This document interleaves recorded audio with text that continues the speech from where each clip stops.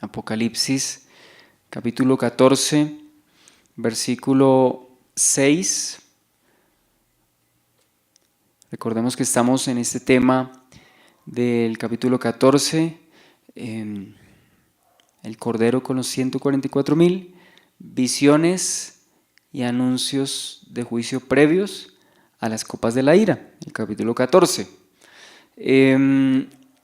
Vamos entonces a retomar el primer ángel, que es el capítulo 14, versículo 6, dice: vi volar por en medio del cielo a otro ángel que tenía el evangelio eterno para predicar a los moradores de la tierra, a toda nación, tribu, lengua y pueblo, diciendo a gran voz: temed a Dios y dale gloria, porque la hora de su juicio ha llegado, y adorad a aquel que hizo el cielo y la tierra, el mar y las fuentes de las aguas. Eso entonces en cuanto a estos tres ángeles, ¿no? El primero de ellos, como estamos viendo acá, es el que anuncia el evangelio eterno. Entonces, ¿qué hablábamos respecto a este aspecto del a esta característica del evangelio? Pues la eternidad. La eternidad. El Señor nos anima a confiar en el evangelio de manera absoluta, ¿cierto? Ya que el evangelio es inmutable y lo ponemos en contraste con la temporalidad del mundo y sus deseos. Recuerda 1 Juan capítulo 2 versículo 17, y pues este es un llamado a dejar a un lado lo temporal para aferrarnos a lo eterno. Ese es el énfasis del evangelio aquí, la eternidad, ¿sí? Entonces notamos que durante este periodo de juicios, y bueno, previo a los juicios, estamos hablando del gobierno del anticristo, del falso profeta, auspiciados por el dragón, por el mismo Satanás, un gobierno que va a ser impuesto de manera mundial, va a estar allí. Perdón un momento. Es este gobierno con el anticristo a la cabeza, que van a perseguir a todos aquellos que pues estén del lado del Señor, que sean fieles al Señor. Pero durante este periodo también va a haber predicación del evangelio, y de manera particular el Señor va a utilizar un ángel, como estamos viendo acá, para predicar el evangelio. Es decir, lo que estamos viendo en el capítulo 14, aquí con este ángel, corresponde al periodo de la gran tribulación. El contexto nos lo da a entender. Más adelante, en una de las advertencias de los ángeles, dice: si alguno adora a la bestia, ¿sí? Dice: si alguno dice adora a la bestia de su imagen y recibe la marca en su frente o en su mano, dice, él también beberá. O sea, se está advirtiendo, lo cual nos hace pensar que el ángel va a predicar el evangelio. Yo creo que es un ángel literal. Probablemente estamos hablando de un ángel literal. ¿Cuál es el énfasis de su predicación? Habíamos dicho, primero, temer a Dios y darle gloria, porque la hora de su juicio dice que ha llegado. Y en segundo lugar, adorarle por su creación. Entonces, hablamos de reverencia y hablamos de adoración. Hablamos de reverencia y hablamos de adoración. Entonces estamos viendo la justicia y el poder del Señor. La justicia y el poder del Señor. Entonces, ¿qué vemos? Que también dos aspectos del carácter de Dios estamos viendo aquí en la predicación de este evangelio: la justicia y el poder del Señor. La justicia y el poder del Señor, ¿no? Entonces, ¿cuál es el énfasis para aquel entonces? El Señor es poderoso, o sea, no se intimiden en nada porque el anticristo o el falso profeta tengan todo ese poder físico. Dice, porque el todopoderoso es el Señor. Entonces, el énfasis, ¿cuál es?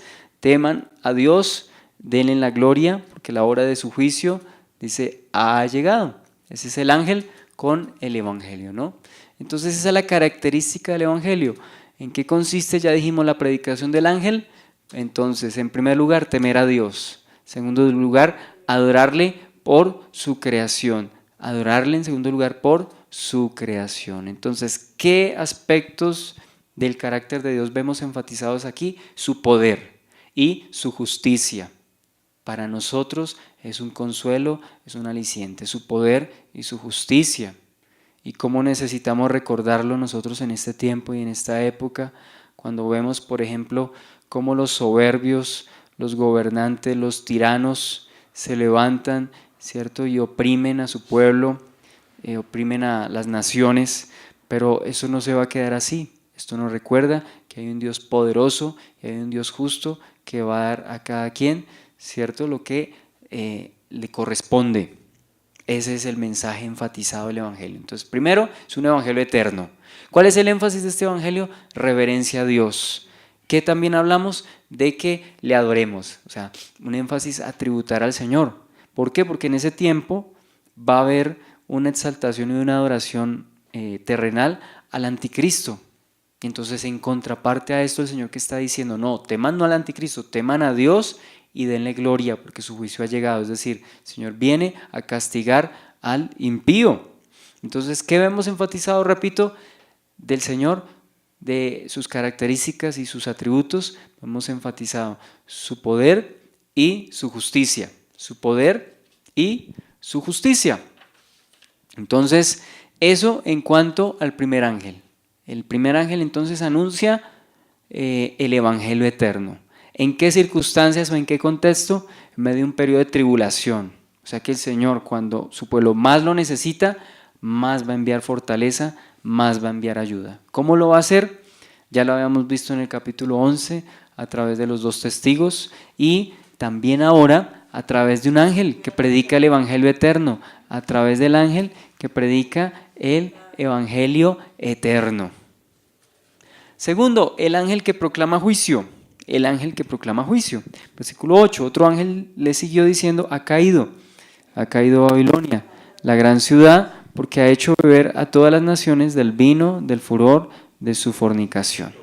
Entonces, luego de un llamado al arrepentimiento, entonces viene un anuncio respecto al juicio y a la caída de Babilonia.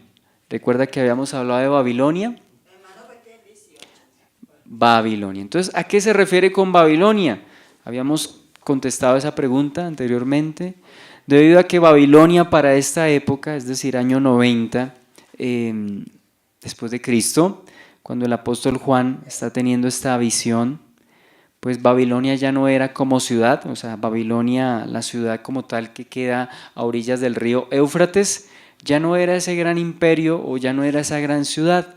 Para la época del apóstol Juan era Roma, pues la capital del imperio.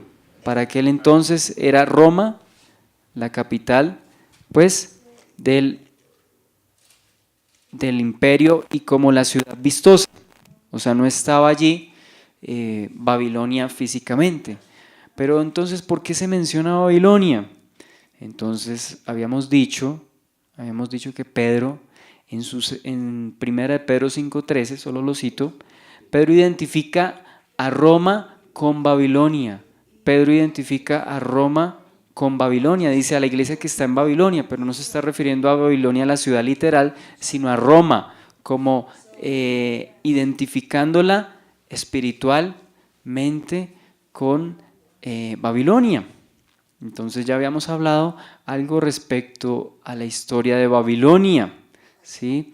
Génesis, por ejemplo, Génesis capítulo 10 del 8 al 10, recordemos que Nimrod prácticamente fundó la ciudad de Babel, o fundó Babel, y fue el primer gran imperio mundial. Dese cuenta la característica de Babilonia. En el Antiguo Testamento se nos dice que fue el primer gran imperio mundial.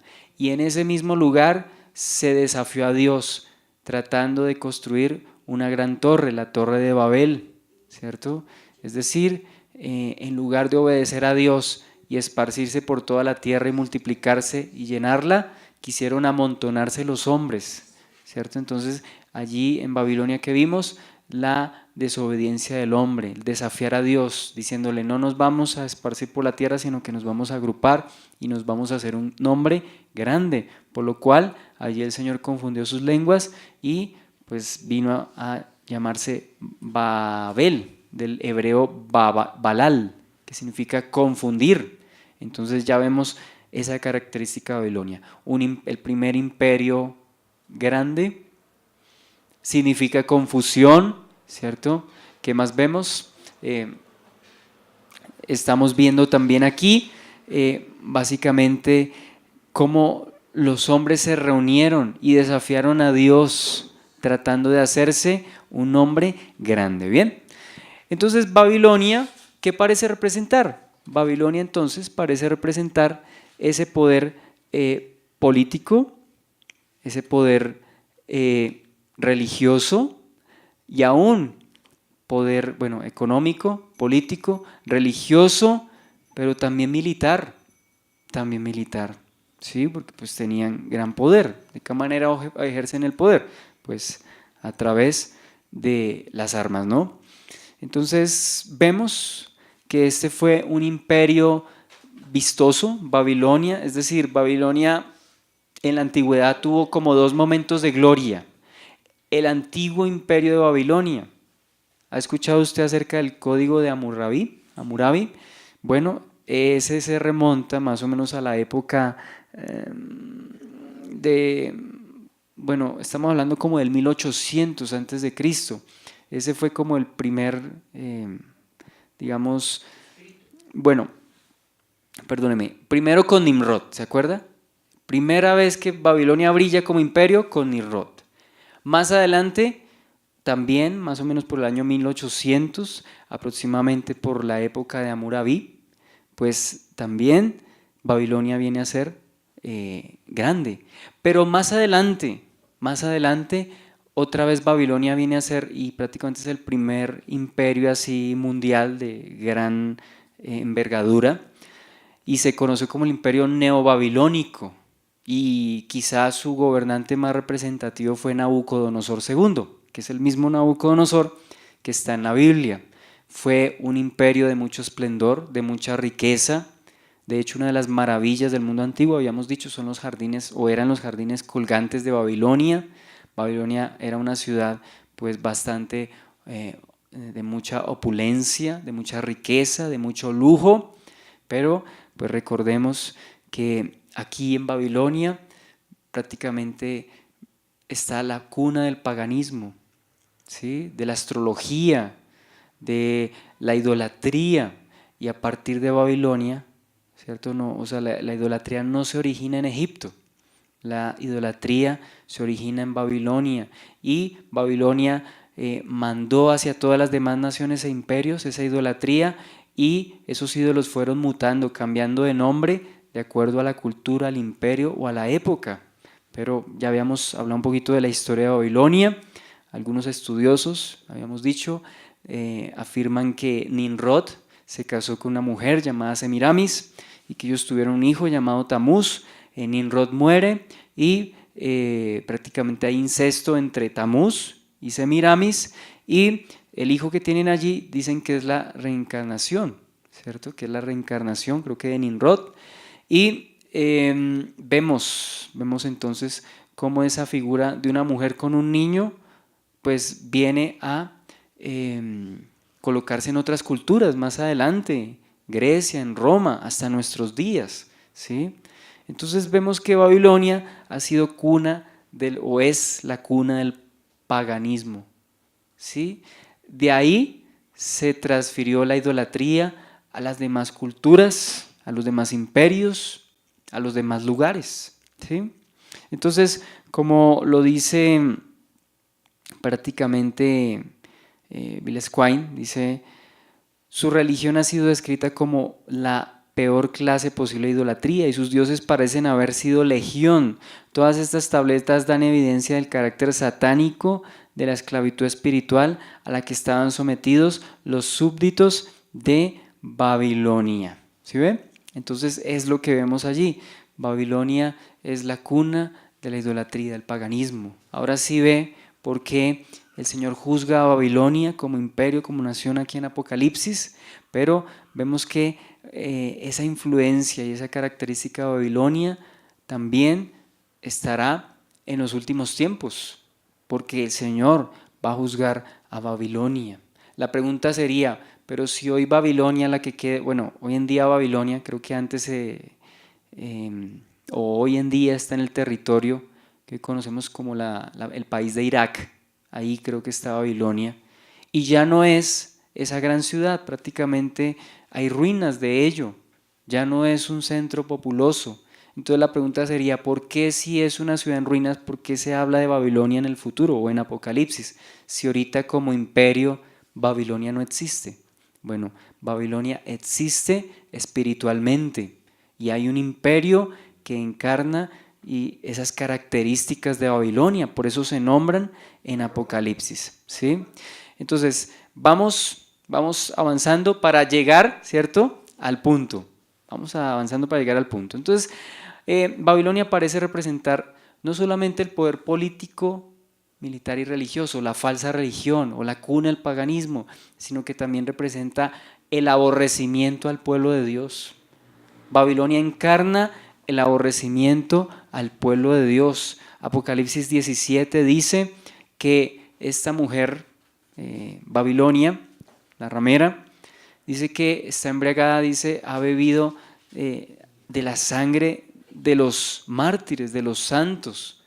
Recordemos cuando Nabucodonosor pues vino, conquistó Jerusalén, destruyó el templo, mató a muchos, a otros muchos deportó. Entonces Babilonia representa ese aborrecimiento y ese odio al pueblo de Dios, ¿sí?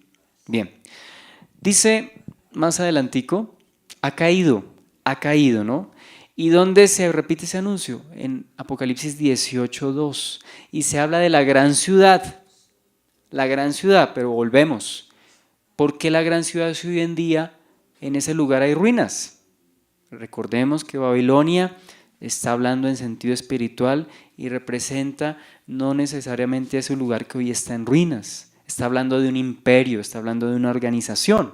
Entonces, ¿se acuerda que habíamos dicho que Pedro identifica a Babilonia con Roma?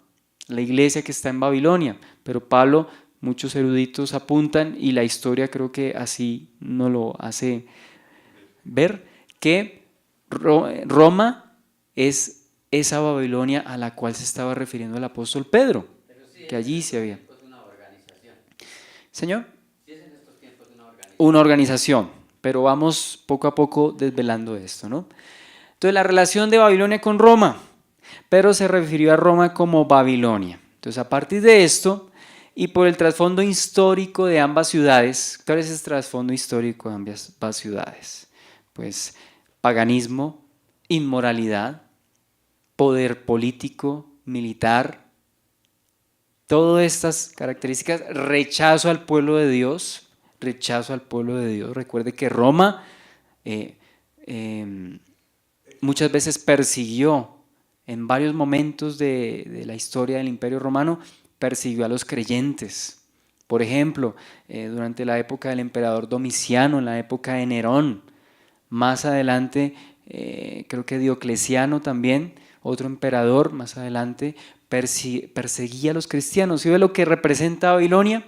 Babilonia, paganismo, inmoralidad, odio al pueblo de Dios, esas tres características, así como resaltando entre otras. Entonces, ¿hay una relación espiritual entre Roma y Babilonia? Efectivamente. Y voy a leer este comentario, dice, Roma viene a ser así juzgada como la cabeza del sistema babilónico pagano, la autosuficiencia y divinización humana frente al señorío y gobierno de Dios. Compárese con el hecho de que Jerusalén sea llamada Sodoma y Egipto en este mismo libro, y ellos sin ningún temor de reacción adversa por cuanto Jerusalén yacía ya en ruinas después del año 70. O sea, Juan, después en el año 90, Jerusalén fue destruida en el año 70, y en el año 90 Juan vuelve y habla de Jerusalén. Jerusalén, para la época en que Juan ve el Apocalipsis, pues ya Jerusalén no estaba como ciudad, ya el templo había sido destruido. O sea que proféticamente está hablando respecto a que Jerusalén más adelante otra vez sería ciudad, pero se identifica a Jerusalén con Sodoma y Egipto, y esto no es de extrañar. En el Antiguo Testamento, Isaías el profeta identifica a Jerusalén como Sodoma, ¿sí? Aquí en Apocalipsis, además de Sodoma, se le dice Egipto, en el lugar donde nuestro Señor fue crucificado. Apocalipsis capítulo 11, eso ya lo habíamos visto. Entonces dése cuenta que las ciudades pueden tener un seudónimo o un nombre que identifica su condición espiritual, ¿sí? ¿Cómo se le llama entonces a Jerusalén? A veces por su corrupción se le llamó Sodoma, se le llamó Egipto. ¿Y cómo se le está llamando a Roma? Babilonia. ¿Por qué? Porque se está identificando de manera negativa con toda esa influencia perversa de Babilonia, ¿sí? Entonces, de acuerdo a esto, si Babilonia, entonces vamos conectando. Si Babilonia está relacionada ¿con quién? Con Roma. Y recuerde qué pasó después del Imperio Romano como imperio. Pues realmente no dejó de existir. Recuerde que uno de esos emperadores llamado Constantino supuestamente se convirtió al cristianismo e hizo del cristianismo supuestamente la religión oficial del Estado. Entonces muchos que pues llamándose cristianos ya dejaron pues de esconderse y más bien a partir de ese momento hubo una alianza, hubo una mezcla entre el Estado y la iglesia apóstata, ¿sí ve? No hablo de la verdadera iglesia del Señor, hablo de la iglesia apóstata. ¿Por qué? Porque se mezclaron con el Estado, se mezclaron y se mimetizaron. ¿Y qué pasó? De ahí salió un híbrido. ¿Qué es híbrido? Híbrido es como el resultado de dos cosas de naturaleza completamente distinta. Entonces se fusionó el Estado y se fusionó la iglesia apóstata. ¿Y qué resultó de ello? La Iglesia Católica Romana. Ahora, el término católico, ¿qué significa? El término católico a veces como que lo rechazamos, pero la palabra católico significa universal. Creo que es del griego universal. Realmente la iglesia es universal, pero cuando hablamos de iglesia católica nos estamos refiriendo a la organización o institución que está en Roma, específicamente en el Vaticano, ¿sí? O sea, tenemos que diferenciar un poquito. El Vaticano está dentro de Roma, pero el Vaticano a su vez es un estado independiente, es como un estado, como un país soberano, con su propia moneda, con su propio gobernante, que es nada más y nada menos que el llamado obispo de Roma, el Papa. ¿Sí ve? Entonces, ¿sí ve cómo vamos conectando Babilonia con el Imperio Romano? Y ahora el Imperio Romano con la institución católica romana. ¿Qué es el resultado de la fusión del Estado, o sea, del gobierno, de los emperadores, con el clero apóstata, con la iglesia apóstata, la que, ¿cierto?, finalmente se terminó fusionando, y de allí entonces podemos ver cómo mezclaron e intentaron mezclar paganismo con cristianismo. ¿Sí ve por qué el término Babilonia? Confusión. ¿Por qué? Porque eso genera confusión. A veces las declaraciones del Papa son desconcertantes, a veces pareciese que estuviese hablando a favor del Evangelio, pero otras veces claramente contradice la Escritura, ¿cierto? Por ejemplo, de una u otra forma consintiendo el homosexualismo. No estamos en contra de los homosexuales, ¿cierto? Y como alguien decía, tampoco estamos en contra del pueblo católico, estamos en contra de los principios, estamos en contra de la idolatría, de la doctrina que se ha desviado de la Escritura, ¿cierto? O sea, no estamos en contra de las personas, todo lo contrario, hablamos todo esto para que las escamas de los ojos, las vendas de los ojos se caigan y podamos ver la verdad. Entonces, dése cuenta que hay una coherencia y una armonía increíble entre la descripción de Apocalipsis. Bueno, ahorita estamos en Apocalipsis 14:8, pero Apocalipsis 17 y 18 hablan en mucho detalle, con mucho detalle respecto a Babilonia. Y si usted compara la institución católica romana con lo que vamos a ver a continuación, vemos bastantes similitudes. Yo les compartía, hace 15 días estoy que les prometo que vamos a poner estas diapositivas, que hace muchos años vi una diapositiva que efectivamente comparaba Apocalipsis 17 con Roma como religión y como organización. O sea, realmente Roma como imperio no ha cesado del todo, no ha cesado del todo, Roma como imperio no ha cesado del todo. Vemos que hoy en día, ¿cierto? El que antes era el emperador, el César de Roma, hoy en día lo vemos de una u otra forma sobreviviendo en la figura del Papa, ¿sí? Por algo se dice católica romana. ¿Sí ve que hay relación ellos mismos? O sea, no es un secreto que haya relación entre Roma y precisamente la institución católica romana, ¿sí? Me refiero a la religión católico-romana o más precisamente la institución católica romana. Apocalipsis habla con mucho detalle y dedica gran parte a hablar de esa Babilonia. ¿Por qué habla tanto de Babilonia? Porque realmente el papel negativo que ha ejercido Babilonia en la historia, en las naciones y en los reyes ha sido bastante importante, y pues para mal ha traído pues ruina no solo espiritual, también económica. Recuerde que, e incluso científica. Recuerde que la Edad Media es también conocida. ¿Alguien sabe por qué también es conocida la Edad Media? La Edad Media es conocida como el oscurantismo o la Edad Oscura. ¿Por qué? Porque no hubo muchos avances y prácticamente esos 1000 años, más o menos 1000 años que duró la Edad Media, lo que la marcó y la caracterizó fue el dominio de Roma, por lo menos en el mundo occidental, ¿sí? El Papa era más poderoso que los mismos monarcas de los diferentes reinos e imperios, ¿sí? Los papas prácticamente quitaban y ponían reyes, ¿cierto? Los reyes pedían consentimiento de los papas para poderse casar o hacer alianzas con otros. Necesitaban la aprobación del Papa, y si algún monarca no estaba de acuerdo, entonces el Papa, con toda su influencia y su poder religioso en Europa, hizo lo posible para destituir o acabar con estos reyes. Recordemos que Roma tuvo bastante poder, no solamente poder político, poder económico. A las arcas de Roma entraban, y aún hoy en día, ¿cierto? No podemos cuestionar y negar las riquezas de Roma, ¿cierto? Extraídas del pueblo, de las personas que, pues veladas a las escrituras, creían ciegamente lo que decía el Papa, lo que decía la institución católica. Entonces, por eso dése cuenta que la misma Edad Media da testimonio de cómo la influencia de Roma como institución religiosa fue negativa, fue negativa. No fue sino hasta la Reforma, ¿cierto?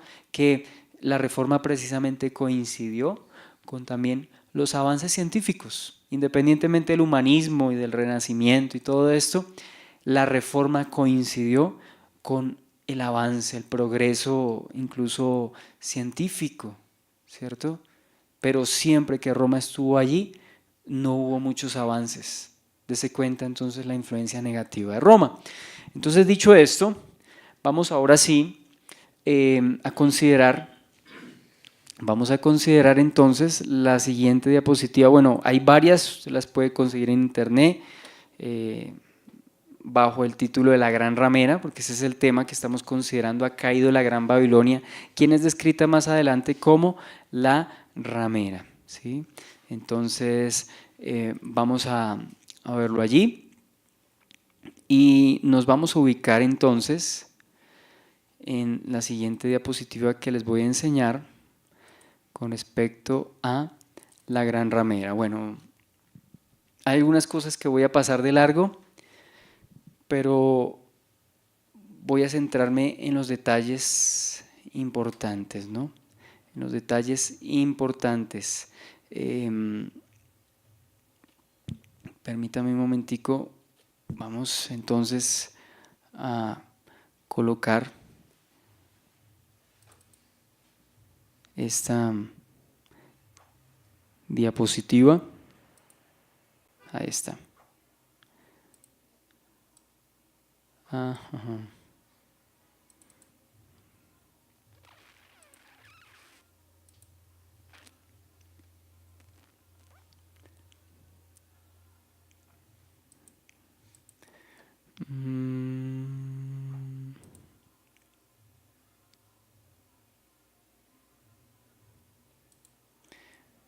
Un momentico.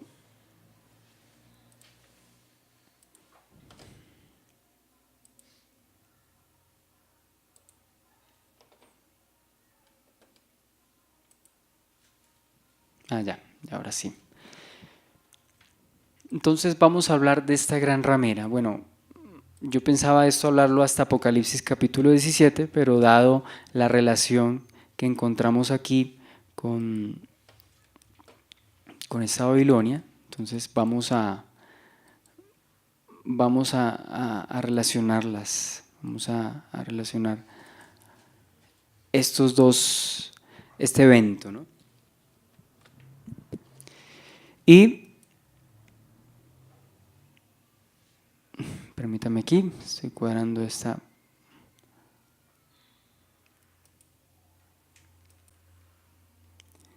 presentación.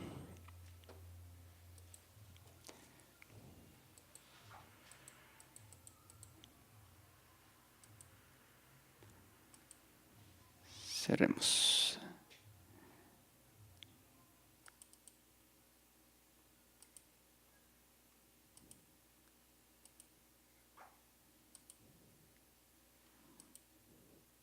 Cancelar.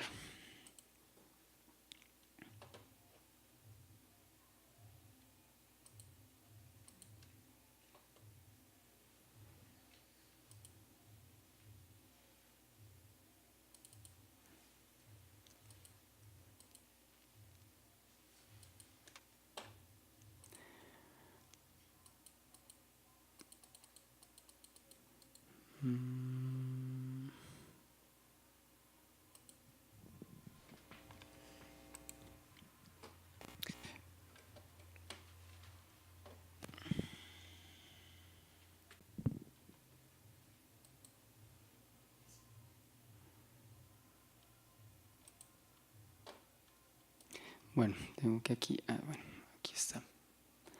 Listo, perdóneme que... Vamos entonces, ahora sí,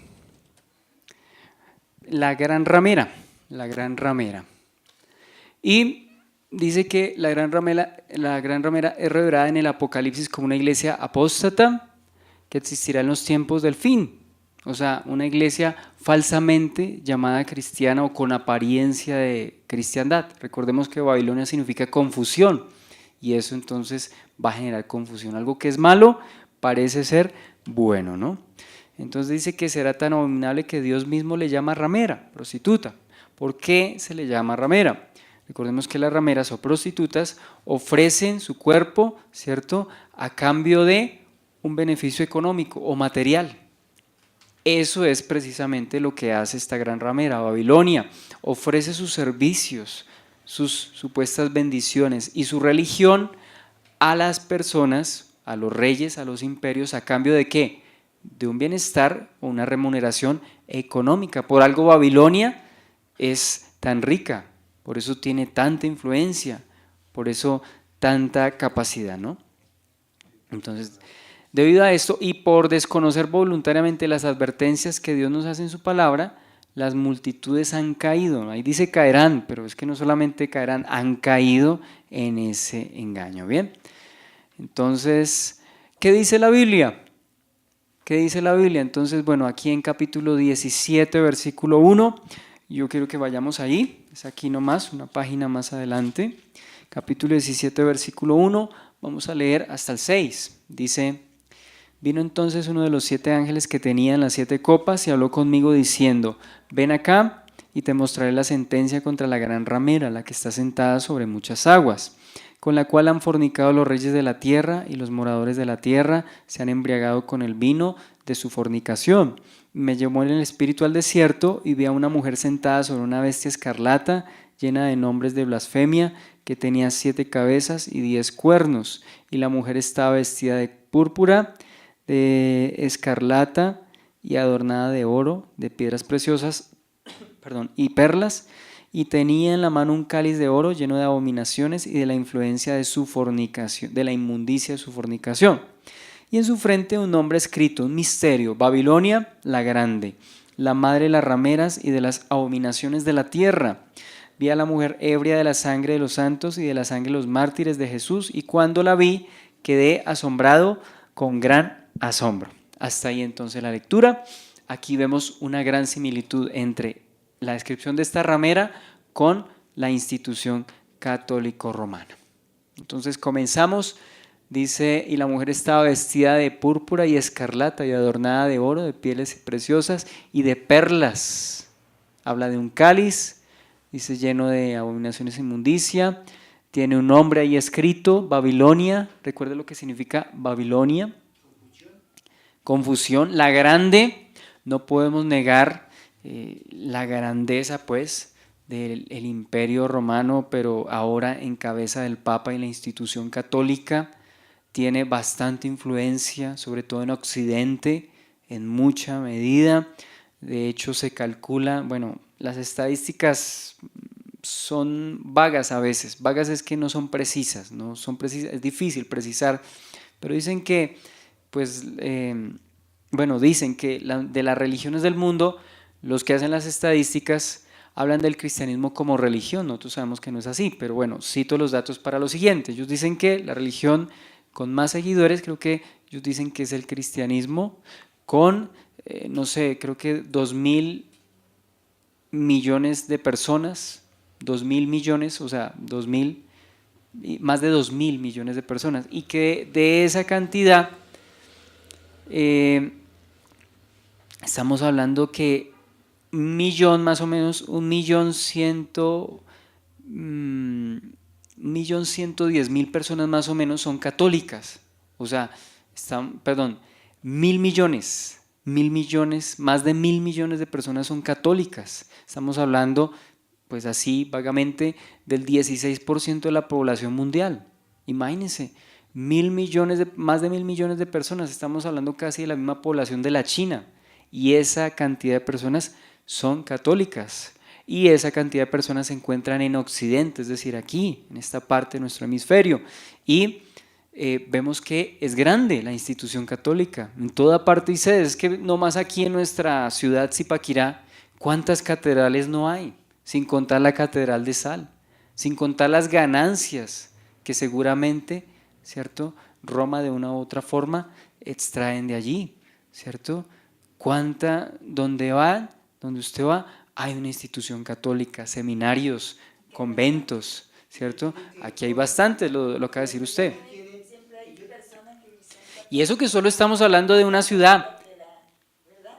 Solo estamos hablando de una ciudad. Entonces, hay una parroquia en cada sector o lugar, ¿cierto? ¿Y cuánto vale sostener cada uno de esas instalaciones, ¿cierto? Entonces,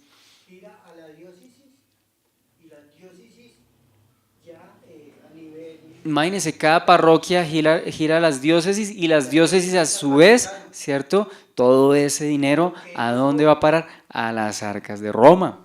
Dicho sea de paso, pues usted ha visto, no sé si usted ha visto, yo he visto, ¿cierto?, que muchos de los sacerdotes, ¿cierto?, viven muy bien, ¿cierto? No andan en cualquier carro, ¿cierto? Tienen bastante, por eso el dicho no es en vano, ¿cierto? Dicen más rico que cura con 2 parroquias, por algo lo dirán, ¿cierto? No es un dicho escueto, por algo será. Entonces, dése cuenta toda esa influencia. Babilonia, la grande, ya dijimos por qué grande, todo ese poder, toda esa riqueza, toda esa influencia. La madre de las rameras y de las abominaciones de la tierra. Es que qué otra institución religiosa tiene el alcance y la influencia de Roma? ¿Qué otro poder tiene tanta influencia como Roma? A ver, silencio, por favor, un momentico. Gracias, para que no nos distraigamos. Dese cuenta toda la influencia. Todos los reyes procuran ir a ver al Papa y pedirle su bendición. De eso hablaremos ahorita. Los más poderosos, o sea, no a cualquier persona, ¿sí ve? Todos, ¿cierto?, procuran. Y el Papa también, ¿cierto?, asimismo procura ganarse todos estos lugares, todos estos reyes y tener influencia en todos estos países. Dice la madre, las abominaciones de la tierra. ¿Por qué abominaciones? Comencemos por algo que no es secreto. Comencemos por todos esos abusos, todos esos escándalos de violaciones, homosexualismo, pedofilia, todo ese tipo de cosas que han salido a la luz y que ya no son un secreto. Países como Chile, países como Perú. De hecho, en Perú, creo que fue en particular, no sé si Chile o Perú, el año pasado o antepasado, cuando el Papa fue, hubo mucho rechazo, ¿cierto? Ya la gente se ha dado cuenta, no es un secreto, toda esa corrupción. Ahora, ¿se imagina en los años de la Edad Media cuando todo eso pasaba de manera impune? Por lo menos hoy en día ha sido tal el escándalo que los mismos jerarcas en cabeza del Papa han tenido que tomar medidas y destituir y dar supuestamente castigo ejemplar a estos hombres. Pero en esa época, en la época en la que había completo dominio y control de la Iglesia Católica, pues todo eso pasaba de manera impune, comenzando por los mismos papas, que si miramos la historia, tal era la corrupción, ¿cierto? Que estos papas se habían envueltos en escándalos de toda índole, ¿cierto? Inmoralidad, asesinatos, crueldad, corrupción, orgías, todo ese tipo de cosas son sabidas y nos han sido comunicadas por la historia. Roma ha tratado muchas veces de tapar eso, pero no es sino un secreto a voces, ¿no? Por eso habla de las abominaciones, todo lo que han cometido con ese poder, con esa influencia, ¿cierto? Las cruzadas, por ejemplo, en nombre de Dios, fueron y trataron de apoderarse de territorios y doblegar personas, asesinando personas, tratándolas de convertir como lo hacen los musulmanes radicales, o sea, digo aquellos que están apoyando la yihad o la guerra santa, que a las malas convierten a la gente, o se convierte o le quitamos la vida. Algo así hizo Roma durante la época de las cruzadas y algo así hizo Roma durante el periodo de la Inquisición.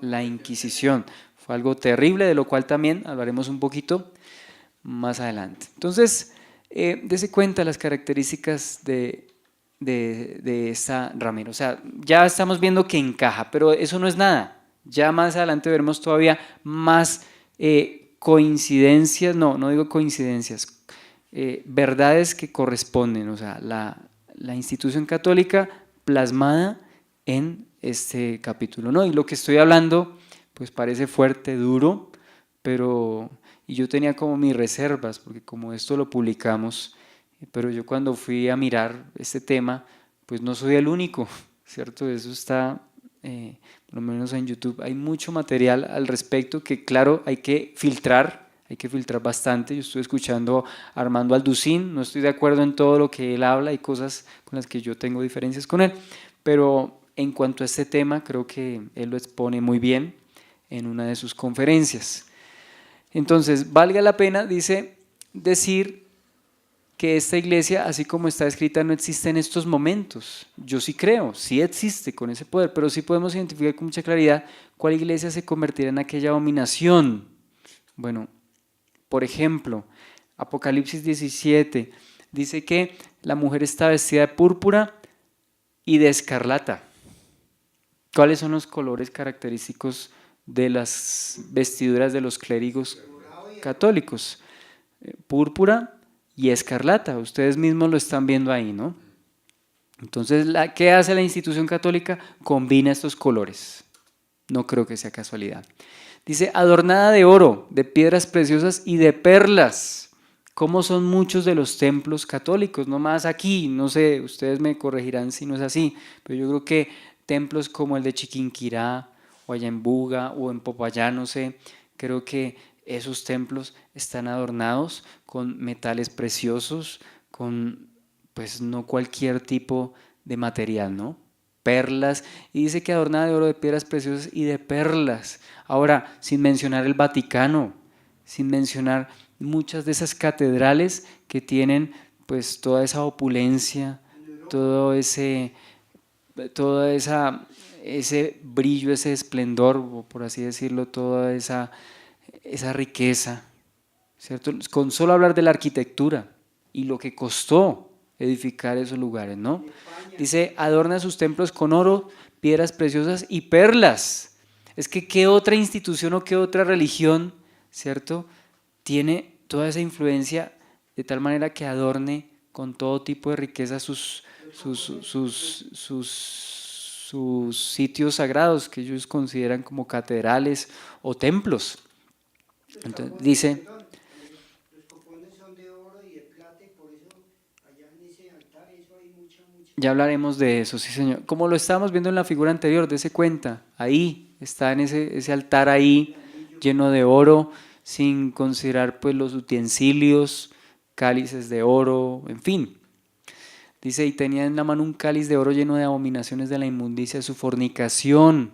Ustedes pueden ver, darse cuenta ahí, eso es, ese cáliz y es como un símbolo pues de la misa, ¿no? Porque el evento central de la misa, ¿cuál es? Cuando supuestamente ese vino y esa hostia literalmente se transforman en Cristo, o sea, se vuelven divinos. Eso es lo que se conoce como la transustanciación, que la transustanciación que la Biblia no enseña. Conmemoramos la cena del Señor con el pan y con el vino, ¿sí?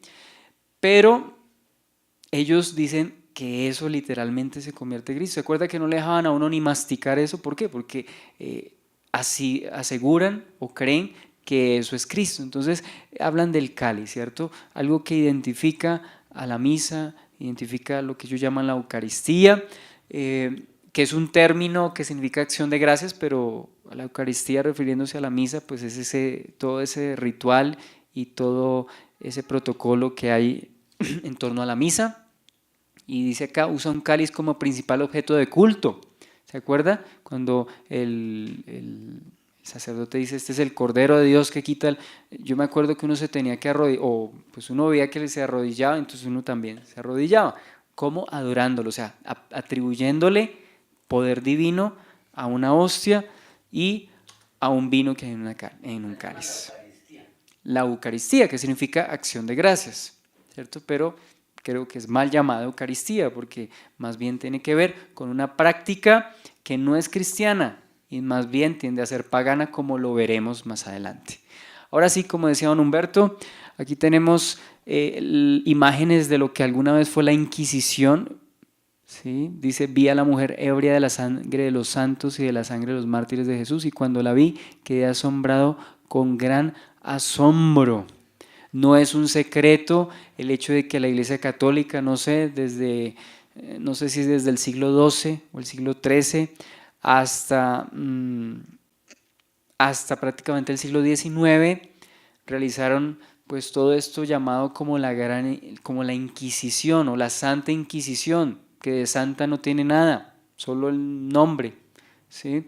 Porque fue una persecución atroz, fueron torturas, asesinatos de la manera más vil, más cruel. Incluso los papas han reconocido eso. Si no estoy mal, en el año 2000 el Papa Juan Pablo II pidió perdón por todos esos hombres y mujeres que murieron durante todo este periodo conocido como la Santa Inquisición o como la Inquisición, ¿cierto? No sé si también el Papa Francisco también pedía perdón o reconocía, por lo menos sé por lo menos que el Papa Francisco reconoció el martirio de Juan Hos y que reconoció que fue un error, ¿cierto? Eso fue hace poco, estamos hablando de, no sé, se conmemoraba la muerte de Juan Hos no sé cuántos años ya, él murió más o menos en el año 1400, pero no recuerdo, creo que fue la segunda mitad del siglo XV, murió a manos de la Inquisición, murió como un brujo,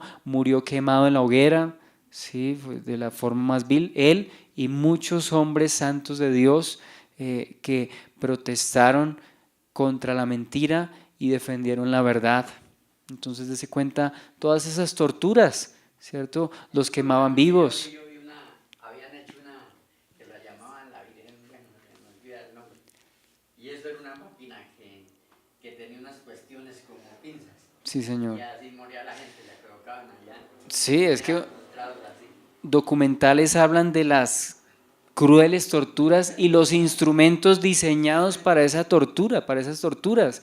Un hombre en España se levantó y prácticamente fue el fundador de la Orden de la Compañía de Jesús, llamado Ignacio de Loyola, ¿cierto? Un hombre que prácticamente militó y fundó los jesuitas. Los jesuitas es como, haga de cuenta, el servicio secreto, pero también tienen poder de una u otra forma, poder militar, ¿sí? Como han hablado muchos hombres que han estado en esa organización y que han llegado a escalar posiciones importantes, pero que el Señor les abrió los ojos. Uno de ellos ya murió, Alberto Rivera, objeto de muchas persecuciones, nos cuenta todas estas cosas. De hecho, el Papa actual, dicho sea de paso, es jesuita. Es jesuita, o sea, no solamente es el obispo de Roma, sino que también además de eso es comandante en jefe, por así decirlo, de la Orden de la Compañía de Jesús. Desde cuenta, ¿qué institución ha causado tantos muertos en masa como lo ha hecho la Iglesia Católica en su momento? O sea, tras de ella, ¿cierto? O tiene en sus espaldas la responsabilidad de muchos muertos a manos, ¿cierto?, de estas personas que hicieron parte de la Iglesia Católica, ¿no? Todo eso ocurrió en nombre de la religión, supuestamente en nombre de Dios. Entonces, dígame, ¿qué otra religión, a qué otra religión o a qué otra institución se le pueden atribuir tantos muertos como a los que se les ha atribuido a la Iglesia Católica? Entonces, dése cuenta otra característica. Que mataron gente, bastante gente, en nombre de la religión, todo esto, ¿no? Entonces dice acá, para nadie es un secreto, la multitud de cristianos verdaderos que murieron a manos de los inquisidores de esta iglesia. ¿Bien? Dice, con la cual han fornicado los reyes de la tierra y los moradores de la tierra se han embriagado con el vino del furor de su fornicación. Ahí tenemos varios líderes mundiales, no sé si ahí está Mikhail Gorbachev, no sé cuál será el primero de arriba. El otro es el príncipe Carlos, podemos ver ahí a la reina Sofía, nada más y nada menos que la reina Isabel II. Vemos ahí, no, él es George Bush. ¿Quién más está ahí?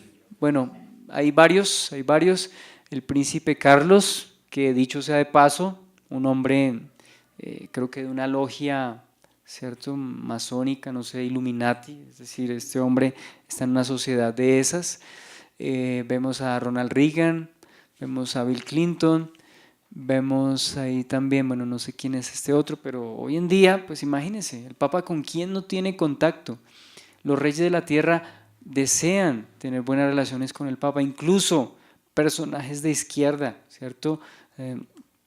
Por ejemplo, el dictador Maduro se mete con todo el mundo, eso se ya pero no creo que este hombre haya levantado ofensa contra el Papa, lo respetan. O sea, personas de derecha y de izquierda y de cualquier corriente política respetan la figura del Papa, ¿cierto? Es el hombre, digamos, el común denominador del respeto y la reverencia de muchos gobernantes, ¿cierto? Incluyendo el presidente de los Estados Unidos. Entonces, dése cuenta que ellos van, piden su bendición, piden consejo, ¿cierto? Incluyendo tristemente pues nuestro señor presidente, y vemos todo ese dominio, ese control. Dice que han fornicado los reyes de la tierra. Recordemos fornicación, ¿cierto? Ofrecer algo, ¿cierto?, a cambio de un bien material. ¿Y qué están ofreciendo, digamos, los reyes al Papa? Bueno, le ofrezco mis bienes a cambio de que me bendiga o a cambio de que usted, ¿cierto?, me favorezca. Eso es entonces fornicar. Recordemos que la fornicación en términos espirituales se refiere a la idolatría, y claro que sí es idolatría. ¿Qué hacen los líderes de la tierra? ¿Cierto? De una u otra forma veneran al Papa, le besan el anillo, ¿si es así o no es así? De muchas formas. Bueno, aquí no lo veo. Ah, sí, mire, ahí creo que le están besando a uno creo que sí lo están haciendo ahí. Sí, ¿ese no es un papa o sí es un papa? No sé. No creo, es como un cardenal, pero igual, dése cuenta toda esa reverencia, ¿cierto? Toda esa honra desmedida a un ser humano, ¿no? Entonces, dice que tiene un alcance mundial, dice, y los moradores de la tierra se han embriagado con el vino del furor de su fornicación, no más cuando vino aquí a Colombia, en Medellín, no sé cuánto, pero creo que 1 millón de personas en una misa, es una cantidad increíble. Si el estadio más grande del mundo creo que es el Maracaná, que le caben, no sé, por mucho 100.000 personas, pero ¿qué hizo el Papa en una ciudad pues no tan grande como Bogotá, grande pero no tan grande como Bogotá? Reunió, escuché noticias, alrededor casi de 1 millón de personas, ¿cierto? O sea, 10 veces llenar el estadio de Maracaná, según los datos que estoy dando, que son datos vagos, son datos muy superficiales. Mire, las misas nomás, dése cuenta toda esa cantidad de personas que reúne en la plaza de San Pedro, ¿sí? Ahí en Roma, en el Vaticano, señor. El Salitre reunió, me consta porque yo estuve ese día. ¿En el Salitre reunió cuántos? El Salitre ¿Reunió cuántos? 1 millón de personas. 1 millón de personas aquí en Bogotá. O sea, eso es un asunto descomunal. ¿Qué líder hace eso? Ni siquiera, creo yo que ni siquiera un artista de rock, por muy famoso que sea, puede congregar y tener toda esa capacidad de reunir a tantas personas. Entonces no cabe duda, dice ahí, que donde quiera que su líder se presente es recibido por multitudes. ¿Puede nombrar a otra institución con este alcance? ¿Qué otra institución? ¿Cierto? ¿O qué líder puede congregar y reunir de una manera tan descomunal tantas personas? ¿Cierto? Entonces, otra característica, mire, dice, el ángel revela a Juan con muchos detalles quién es esta gran ramera, e incluso da detalles de la ciudad donde estará, dice, esto para la mente que tenga sabiduría. Las 7 cabezas son 7 montes sobre los cuales se sienta la mujer. Dice, la mujer que has visto es la gran ciudad que reina sobre los reyes de la tierra. Dese cuenta, ya hablamos de la influencia del Papa sobre los gobernantes, ¿cierto? Es el común denominador de muchos gobernantes. Creo que a este momento yo desconozco, o por lo menos así oficialmente, un líder que haya hablado mal del Papa. Incluso, no sé, los líderes musulmanes, él se ha reunido con varios líderes de otras religiones y se honran, ¿cierto? Se honran, o sea, no hay líder mundial, en términos generales, que hable mal contra el Papa. Entonces dice que se sienta, dice, esta mujer, dice, reina sobre los reyes de la tierra. Roma es conocida como la ciudad de las 7 colinas, ¿la sabía usted? ¿Y qué se está diciendo la ramera? Que se sienta sobre 7 montes. Dese cuenta todas las, de manera coincidente, es que coincidente suena como a casualidad, no. Pero sí no es casualidad. Coincide la descripción de Apocalipsis 17 con lo que está sucediendo con Roma, ¿sí? Y ahí ven el Vaticano, ahí muy cerca de Roma, la ciudad de las 7 colinas. Entonces, ¿casualidad? Yo no creo, ¿sí? Descripción perfecta. Entonces, bueno, aquí nos habla el falso profeta, esto ya lo habíamos hablado, estas diapositivas las consigue usted pues, por Google, yo digité la gran ramera y me aparecieron varias, son muy parecidas muchas, pero escogí esta. Entonces echemos un vistazo a toda la contaminación que esta iglesia ha acumulado por siglos, símbolos masónicos, paganos, la cruz invertida, dice el que realiza este estudio, se utiliza como símbolo de blasfemia y rechazo a Jesucristo, a la cristiandad, simboliza la burla y el rechazo de Jesús. Dicho sea de paso, los satánicos utilizan cruces invertidas, dicho sea de paso. ¿Y qué está haciendo ahí Roma? Roma utiliza entonces esas cruces invertidas, véalo ahí, sobran las imágenes, hablan por sí mismas. Símbolos de adoración al sol, la famosa custodia, ¿cierto? Que también es venerada. La Biblia no enseña a adorar o venerar imágenes, y mucho menos de esta manera. ¿Sí? Entonces es el símbolo del sol. ¿Dónde comenzó la adoración al sol? ¿Dónde? Con los indios. No, señor. Bueno, sí, los indios adoraban el sol, pero recordemos cuál es la cuna. Recordemos cuál es la cuna del paganismo y la religión. Babilonia. Y de Babilonia se transmitió a otras culturas como Egipto. Y en Egipto el dios Sol es el dios más importante. No sé cuál es el nombre, creo que es el dios Ra. creo que es el dios Ra, el dios Sol. Y dice que los 8 rayos que salen de la orbe y que se encuentran a su alrededor, la mayoría de los satanistas aman el número 8, que representa la totalidad de su entrenamiento ocultista, como es simbolizado en el óctuplo sendero hacia la iluminación. ¿Cuántos se desprenden? Dicen que 8, ¿cierto? De esta custodia, un objeto que es venerado, ¿sí ve? ¿Cómo le dan adoración? La Biblia no nos enseña nada de eso. El bastón de serpiente. Recordemos la serpiente a que hace referencia, Apocalipsis 12, la serpiente antigua, que llamaba como diablo Satanás. Mírelo aquí en las figuras de los faraones, ese báculo, forma de serpiente. En la cultura de Mesopotamia, en una civilización de Mesopotamia. Aquí los griegos también, la diosa Atenea, también tiene como un bastón en forma de serpiente. Y véalo aquí con el obispo de Roma, con el mal llamado vicario de Cristo, dése cuenta ese símbolo de serpiente también. Entonces, ¿qué haremos al respecto? Esto fue pues una pequeña reseña de toda esa corrupción y de toda esa falsedad de Babilonia, ¿no? Es que es evidente, las pruebas hablan por sí mismas. Y lo que pasa es que estos papas que ha habido de últimos se han movido mucho a varios países para tratar de organizarla. Claro, ya Roma, ¿Cómo es que ecumenismo. El ecumenismo. Ecumenismo. Estos últimos 3 papas se han movido mucho, digamos, Sí, en señor. la cuestión de hacer Sí, contacto. o sea, cambiaron de estrategia. Ya no es la persecución y la tortura a las malas, ahora es la persuasión, como Satanás, ¿cierto? Satanás, ¿qué hizo Satanás? Satanás mezcló verdades con mentiras para engañar a Eva. Dijo mentiras y dijo verdades, pero todas mezcladas ¿para qué? Para manipular y hacer pecar a Eva y a Adán. De la misma manera, Roma, la institución católica romana, mezcla paganismo, porque hay idolatría, lo que ya vimos, ¿cierto? Mezcla muchas de estas cosas con cristianismo y muchos de estos papas, por lo menos este último y anterior, que es Juan Pablo II, papas muy carismáticos. ¿Por qué cree que Benedicto XVI no duró mucho, ¿cierto?